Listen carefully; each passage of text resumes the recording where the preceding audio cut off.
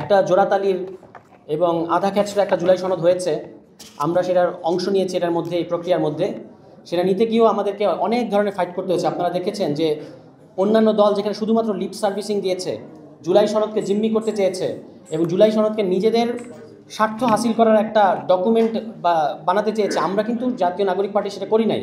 আমরা শুরু থেকেই বলেছিলাম আজকে যে সংকটগুলো নিয়ে আমাদেরকে খাবি খেতে হচ্ছে, জাতীয় নাগরিক কমিটির পর্যায় থেকে যেদিন আমরা আত্মপ্রকাশ করি, যে কথাটা আমরা বলেছিলাম যে একটা গণপরিষদ করেন, আজকে কিন্তু এই সমস্যাগুলো থাকতো না যদি আমরা সেই সময় এই গণপরিষদটা করতে পারতাম বা করতে দেওয়া হতো। আমাদের সেই দাবিটা এখন যতই দিন যাচ্ছে এটা প্রমাণিত হচ্ছে যে জাতীয় নাগরিক কমিটি অনেক আগেই সঠিক রাজনীতি বাংলাদেশের মানুষকে মানুষের সামনে হাজির করেছিল। এবং আমি এটাও বিশ্বাস করি, কৃষকরা যদি সংগঠিত হয়, শ্রমিকরা যদি সংগঠিত হয়, বাংলাদেশের মেহনতি মানুষ যদি সংগঠিত হয়, তাহলে এই গণপরিষদ আমরা আদায় করে ছাড়বই।